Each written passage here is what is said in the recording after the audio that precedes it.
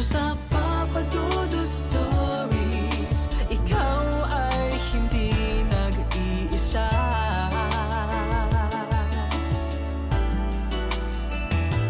Dito sa Papa Dudut Stories, may nagmamahal sa'yo. Papa Dudut Stories, Papa Dudut Stories. Dear Papa Dudut, sa lahat po ng mga nakatutok ngayon, huwag kalimutan na mag-like, mag-share at mag-subscribe.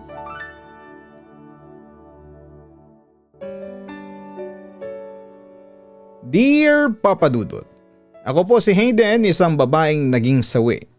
Isang babaeng nawalan ng dangal noon dahil sa mga maling desisyon sa buhay. Paano naman kasi ako hindi mawawala ng dangal kung araw-gabi ay pinahihirapan ako ng karalitaan? Noong mga panahong naghihirap ako ay wala akong ibang iniisip kundi ang magkaroon ng pera. Ang maging alipin ng salapi at mas mabuti na yon kesa mamatay akong tirik ang mata dahil sa gutom at kawalan ng pag-asa. Siya nga pala, lumaki ako sa isang malit na baryo sa Nueva Vizcaya. 6 kaming magkakapatid at ako ang panganay. Mangingisda lang ang tatay ko noon habang naglalaban naman ang nanay ko para may pangkain kami araw-araw. Maaga akong natutong mangarap para sa kanila. Pagkatapos ko makatapos ng senior high, ako na ang nagdesisyong pumunta sa Angeles, Pampanga para magtrabaho sa isang bar upang maghanap ng afam at makaraos sa kahirapan.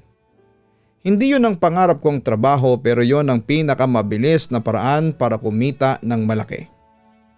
Hindi ko sinabi sa mga kapatid ko ang totoong trabaho ko.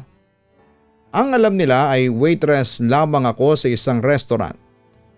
Buwan-buwan akong nagpapadala ng pera para sa tuition nila at para unti-unting maayos ang sirang bahay namin sa probinsya. Kahit pagod ay kinakaya ko. Gabi-gabi akong nakangiti sa customers kahit gusto ko nang umuwi at matulog.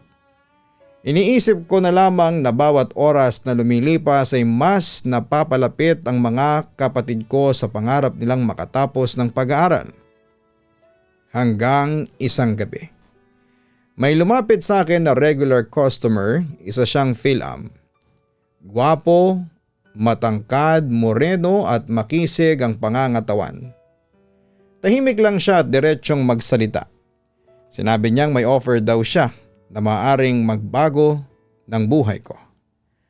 Akala ko nung una ay biro lang o simpleng VIP booking. Pero mali pala ako. Ipinakita niya ang halaga ng phone niya, 50,000 pesos talent fee ang ibibigay niya sa akin. Paligayahin ko lang daw ang 3 lalaki. Isang gabi lang daw at walang magiging problema pagkatapos. Parang tumigil ang paligid ko noong narinig ko yon. 50,000 pesos sa isang gabi? Malaki na yon para sa akin. Sa isip ko, agad pumasok ang bahay namin na may bubong na hindi tumutulo kapag umuulan. Nakita ko rin sa aking isipan na mga kapatid kong naka-uniform papasok sa college. Hindi pa doon natapos ang laban sa loob ko. Buong gabi akong hindi nakatulog. Paulit-ulit kong tinatanong ang sarili ko kung hanggang saan ang kaya kong gawin para sa pamilya ko. Alam kong may kapalit ang desisyong yon na hindi pera ang sukatan. Pero kinabukasan, pumayag ako nung gabing yon. Dinala ako ng client ko sa isang luxury na kwarto ng isang hotel sa Angeles City. Nakita ko kaagad ang 2 lalaking sumalubong sa client ko. Doon ko rin nalaman ang mga pangalan nila. Ang client ko ay Denver ang pangalan. Yung isa na parang brusko, Frankie ang pangalan. Pero ang pumukaw talaga ng atensyon ko ay yung lalaking nakasalamin. Actually, siya ang pinakagwapo sa 3. At kung hindi ako nagkakamali ay lumabas na siya sa mga TV at print commercials. Nagpakilala siya bilang si Andre. Papadudot pagkatapos noon ay wala kaming inaksayang oras. Sina Denver at Frankie ay init na init, kaya naman nagsimula na silang maghubad para romansahin ako. Habang si Andre nakatayo at nakatingin lang sa akin. Nagkatitigan kami at parang nakaramdam ako ng hiya. Yung mga tingin kasi ni Andre ay parang naaawa na nalilito. Siguro iniisip niya ng mga oras na yon na talaga bang pumayag ako sa gusto nila. Handa ko ba talagang babuyin ang sarili ko para lamang sa pera? Andre, tatayo ka lang ba dyan? Halika, join ka na sa amin. Ang sabi ni Frankie sa kaibigan niya. Ngumiti lamang si Andre at ngumiti rin siya sa akin pero parang nahihiya. Mamayang kaunti ay naghubad na rin si Andre habang yung dalawang lalaki parang asong ulol habang hinuhubad nila ang suot kong damit. Oy, be gentle naman kay Hayden, paalala ni Andre sa dalawa. Okay lang yan kay Hayden, wika ni Denver tapos ay bumaling siya sa akin. Hindi ba Hayden? Gusto mo ng rough? Tanong niya. Sure, sabi ko. Pagkatapos noon ay sinimula na ng tatlo ang paggamit nila sa katawan ko. Hindi ko na masyadong idedetalye ang ginawa namin basta sabay silang tatlo na gumamit sa katawan ko. Si Denver, since siya raw ang magbabayad sa akin, ay siya ang in charge sa harapan ko. Habang si Frankie mas pinili yung likod ko ang gamitin. Mukha ko naman ang napili ni Andre. Nagsimula na ang aktual na laro. Sina Denver at Frankie ay naging rough at halos maiyak ako sa sakit dahil sa pagpasok nila sa katawan ko.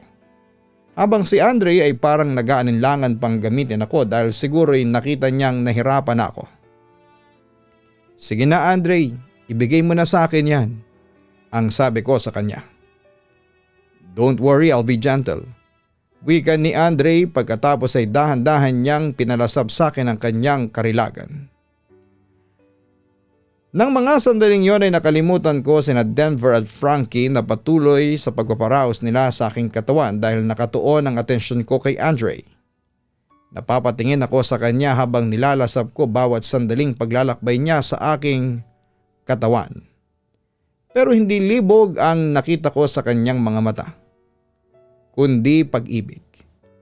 Yung paghawak niya sa aking ulo ay napaka-gentle at kapag napapaluha ko sa sakit dulot ng ginagawa ni Denver at Frankie sa katawan ko. Pinupunasan niyo ni Andre at mamayang kaunti nakita kong napapikit na si Andre hanggang sa may naramdaman na lamang akong mainit na substance na humagod sa aking lalamunan. Napatingin ulit ako sa mga mata ni Andre, ngumiti siya sa akin ng napaka-sweet. Okay lang kung gusto mong idura, dagdag pa niya. Tapos ay binigyan pa niya ako ng panyo para doon ko idura ang dapat na idura. Pero mas pinili kong lunukin at isantabi muna ang aking dangal bilang pagpapakita ng gratitude kay Andre. Hindi nagtagal ay nakaraos din sina Denver at Frankie sa aking katawan. Pagkatapos noon ay agad silang pumunta sa banyo para maligo. Naiwan kami ni Andre sa kwarto. You know what, Hayden? Napilitan lang ako sa trip nila Denver at Frankie. I'm not into this. Although hindi ako magpapakalinis dahil may experiences na rin ako. Hindi lang yung ganitong setup. Besides, I don't pay for sex. Pinagbigyan ko lang yung dalawa. Kwento ni Andre sa akin. Ilang taong ka na sa ganitong trabaho? Usisa pa niya sa akin. More than a year na rin, although aaminin ko na medyo naawa ko sa sarili ko kaso kailangan kong kumita ng malaking pera. Ako kasi ang breadwinner ng pamilya ko. Ang kwento ko naman. Pareho pala tayo. Ako rin ang breadwinner sa family namin. Actually hindi ako mayaman. Nasa lower middle class lang ang kinalakhang kong pamilya. Sina Denver at Frankie, ang mga anak mayaman. Kwento pa ni Andre. Buti naman at kinaibigan kanila. Sabi ko naman. Aspiring models kasi sina Denver at Frankie. Kinaibigan nila ako kasi ako yung may connections sa modeling industry. Iisa lang ang handler at manager namin tatlo, pero iilan pa lang na commercials ang nilalabasan nila. Pero ako marami na. Veterano na nga ako eh. Natuwa naman ako habang nagkikwento si Andre sa akin. Hindi mo siya kakikitaan ng kayabangan. Napakabait at humble niya, Papa Dudut. Kung pwede lang sana akong maging model tulad mo, kaso mukhang hindi ako papasa. Hindi naman kasi ako matangkad, sabi ko pa kay Andre. Pagkatapos noon ay bumalik na sina Frankie at Denver at inabot na ni Denver sa akin ng 50,000 pesos na napagkasunduan namin. Dali-dali naman akong nagpaalam sa kanila pero bago magpaalam ay hiningi ni Andre ang number ko at malugod ko naman yon na ibinigay sa kanya.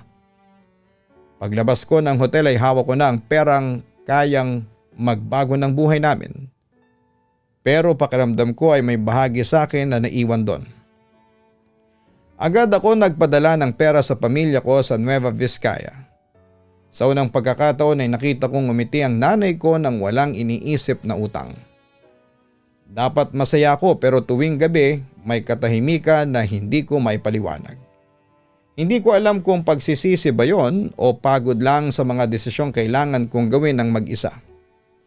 Akala ko ay matatapos doon ang lahat. Isang araw ay tinanong ako ng bunso kong kapatid sa video call kung bakit daw parang lagi akong pagod. Kahit maayos ang buhay namin. Napangiti lang ako at sinabing okay lang ako. Hindi niya alam kung gaano kalaki ang isinusugal ko para makarating kami dito. Samantala, siguro'y dahil na rin sa kagustuhan ng tadhana na mabago ang buhay ko. Muli kaming nag-meet ni Andre. Hindi yon sinasadya pero nagkita kami sa isang mall dito sa Tilabastagan. Ayun, kwentuhan kami tapos ay kinumbinsi niya akong tumigil na sa pagbibenta ng aliw dahil meron daw siyang alam na trabahong marangal at pwedeng makapagbigay ng malaking sweldo sa akin. Siyempre tinanggap ko yon. At yun na nga, sa tulong ng mga connections ni Andre na hired ako bilang VIP host ng isang casino dito sa Pampanga. Malaki ang pasweldo at pwedeng tumanggap ng malaking tip sa mga kliyente. Ang kagandahan nito ay hindi mabababoy ang pagkababae ko. Marangal na trabaho. Kaya sobrang pasasalamat ko kay Andre kasi iniligtas niya talaga ako sa kahihiyan. At doon na nga, Papa Dudut, nagsimula ang pagkakaibigan naming dalawa ni Andre. Hindi nagtagal ay nanligaw si Andre sa akin and to make the story short, sinagot ko siya. And after a year, simula nung maging boyfriend ko siya, ay inaya niya akong magpakasal. Na tinanggap ko naman. Pagkatapos noon, Papa Dudut, mula Angeles City ay lumipat kami ng residence sa Pasay. Nagtrabaho ko sa isang casino doon bilang VIP host habang si Andre ay na-promote sa kanyang trabaho at lalong lumaki ang kanyang sahod. Pero Papa Dudut, sa kabila noon ay naging simple lang ang buhay namin ni Andre. Lumipas ang 6 na taon at halos lahat ng plano namin ay umikot sa pangarap na magkaroon ng anak. Pareho kaming may trabaho, may maliit na kondo at tahimik na routine na paulit-ulit araw-araw. Masaya naman kami. Pero may kulang. Halos 3 taong kaming sumubok magkaanak. Nagpa-check up kami sa clinic, nagpa-laboratory test, at sinunod lahat ng payo ng doctors. Normal ang resulta ko habang kay Andre naman ay medyo mababa lang ang fertility level. Pero ang sabi ng doktor ay posible pa rin naman daw. Buwan-buwan kaming umaasa, buwan-buwan din akong nadudurog kapag dumarating ang period ko. Hindi ko pinapakita kay Andre kung gaano kasakit yon dahil ayokong maramdaman niyang siya ang may problema. Doon nagsimulang mabuo ang lungkot na hindi ko napansin kaagad. Last year habang pauwi ako galing work sa Makati, may tumawag sa pangalan ko. Paglingon ko ay nakita ko si Denver na naging close ko simula noong maging asawa ko si Andre. Actually, siya ang best man namin noon. Pero dahil busy si Denver sa kanyang career bilang pageant king and model, kaya matagal kaming hindi nakita at nagkataon lang na bumalik siya sa Pilipinas matapos mag-modeling sa abroad. Nagkumustahan lang kami noong una pero hindi pa doon natapos ang lahat. Nagkayang kaming magkape para mag-catch up. Wala akong masamang balak at malinaw sa isipan kong mahal ko ang asawa ko. Pero habang tumatagal ang usapan, habang nakikita ko ang pamilyar na pagngiti ng mga mata niya, nakaramdam ako ng comfort na hindi ko inaasahan. You know what, Hayden? Masaya ako kasi maayos na ang buhay mo. And ako ang madalas magpayo kay Andre na huwag kang paiiyakin o sasaktan kasi mabait kang tao. I know swerte si Andre sa iyo, Hayden. Sabi pa niya sa akin. Napangiti naman ako sa sinabi niyo ni Denver, pero ang hindi ko inaasahan ay nakaramdam ako ng kakaibang kilig sa kanya. Nagkataong nasa Singapore si Andre noon para sa isang week-long training. Mag-isa lamang ako sa kondo at pagod din sa trabaho. Hindi ko alam kung loneliness ba yon o kahinaan lang ng sandali. Pero pumayag akong sumama nang yayain ako ni Denver sa unit niya.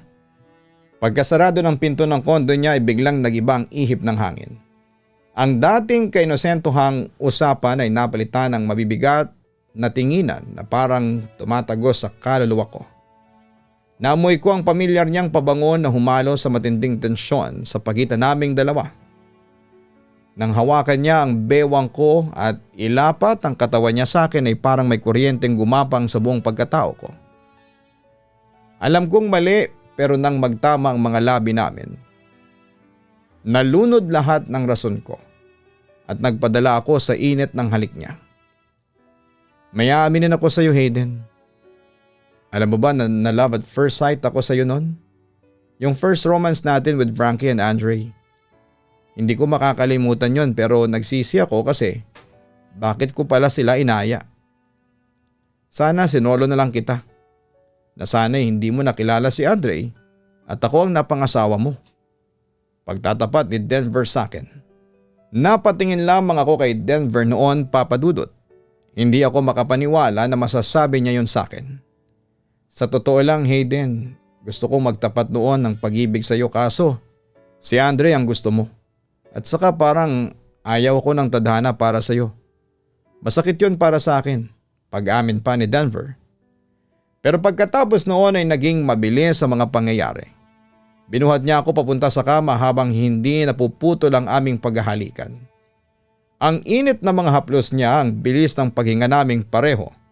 At ang sabik na paghuhubad ng mga damit na naging hadlang sa aming mga nag-aalab na katawan. Sa bawat dampi ng balat niya at mahigpit na pagyakap, tuloy kong nakalimutan na may asawa ako. Nagpadala kami sa bugso ng pagnanasa na para bang mga uhaw na uhaw sa isa't isa at walang pakialam sa mundo. Doon sa kama ni Denver ay pinagsaluhan namin ang isang napakainit at mapusok na sandali na nagpataob sa lahat ng aking prinsipyo. Hanggang sa may nangyari na hindi ko na mababawi. Kinabukasan ay punong-puno ako ng guilt. Sinabi ko sa sarili kong kalimutan na lang yon at ituring na isang malaking pagkakamali. Pinutol ko kaagad ang communication kay Denver at sinubukan bumalik sa normal ang lahat. Akala ko'y matatapos doon ang kwento pero mali, Papa Dudut. Makalipas ang ilang linggo ay napansin kong delayed ang period ko. Noong una ay hindi ko pinansin pero nang mag-positive ang PT, napaupo ako sa sahig ng banyo habang nanginginig ang kamay ko. Buntis ako. Ilang taong kong hinintay ang moment na yon pero imbes na puro saya ang maramdaman ko. Halo-halo ang emosyon ko. Relief, takot at guilt na sabay-sabay sumiksik sa dibdib ko. Hindi ko alam kung sino ang ama. Masayang-masaya si Andre nang sabihin ko ang balita. Niyakap niya ako ng mahigpit at halos maiyak sa tuwa habang sinasabing sa wakas ay magiging pamilya na kami ng buo. Hindi ko kayang tignan siya ng diretsyo dahil pakiramdam ko ay may tinatago akong napakalaking kasinungalingan. Araw-araw kong kinakausap ang sarili ko kung dapat ko bang sabihin ang katotohanan. May posibilidad na siya ang ama pero may posibilidad ding hindi. At habang lumalaki ang tiyan ko ay mas lumalaki rin ang bigat na dala ko. Akala ko ay kakayanin kong itago habang buhay pero gabi-gabi habang natutulog siya sa tabi ko. Gising ang konsensya ko. Iniisip ko kung tama bang ipagkait sa kanya ang buong katotohanan o kung mas magiging makasarili akong umamin para gumaan ang pakiramdam ko. Minsan pala, ang pinakamahirap na laban ay hindi laban sa ibang tao kundi laban sa sarili mong desisyon. Ngayon ay 7 months na akong buntis at hinihintay ko na lang ang araw na ipanganak ang bata habang dala ang lihim na ako lang ang nakakaalam. Hindi ko alam kung kailan ako magkakaroon ng lakas ng loob na harapin ang katotohanan. Kung ikaw ang nasa sitwasyon na meron ako ngayon, aamin ka ba? Minsan ang mga desisyon na ginagawa natin sa sandaling mahina tayo ang siyang magtatakda kung anong klaseng tao tayo. Kapag dumating na ang katotohanan, papadudot malakas ang loob kong ikwento ito sa inyo kasi hindi naman nakasubscribe si Andre sa inyong channel. At syempre pinalitan ko ang pangalan ng mga taong involved sa kwento ko para na rin sa aking privacy. Hanggang dito na lamang muna ang kwento ko, papadudot. Alam ko na marami ang tataas ang kilay sa kwento kong ito pero handa ko yung harapin. Muli maraming salamat at magandang araw po sa inyong lahat.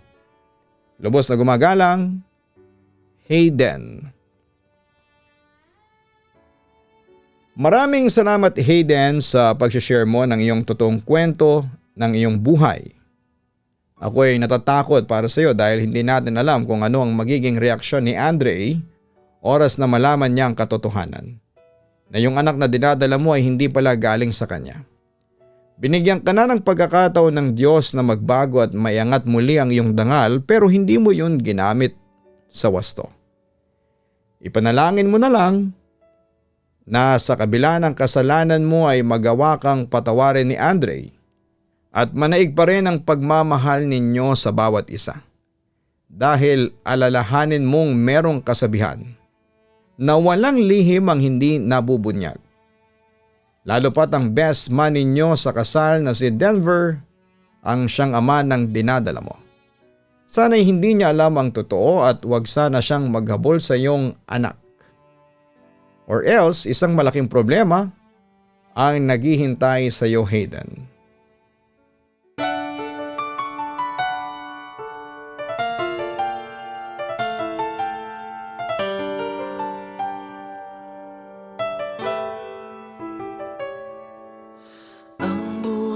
Ay mahiwaga,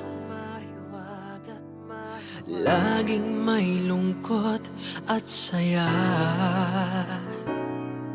Sa Papa Dudut Stories, laging may karamay ka.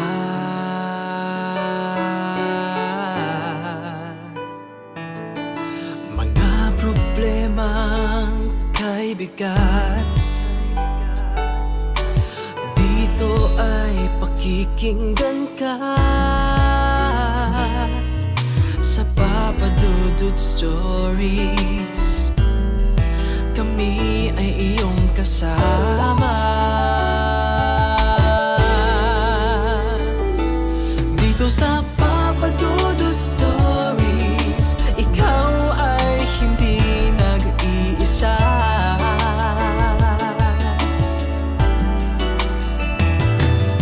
Sa Papa Dudut Stories, may nagmamahal sa'yo. Papa Dudut Stories, Papa Dudut Stories,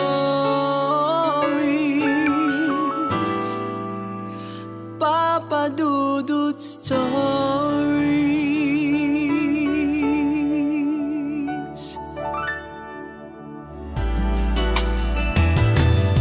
Sa Papa Dudut Stories, may nagmamahal sa'yo.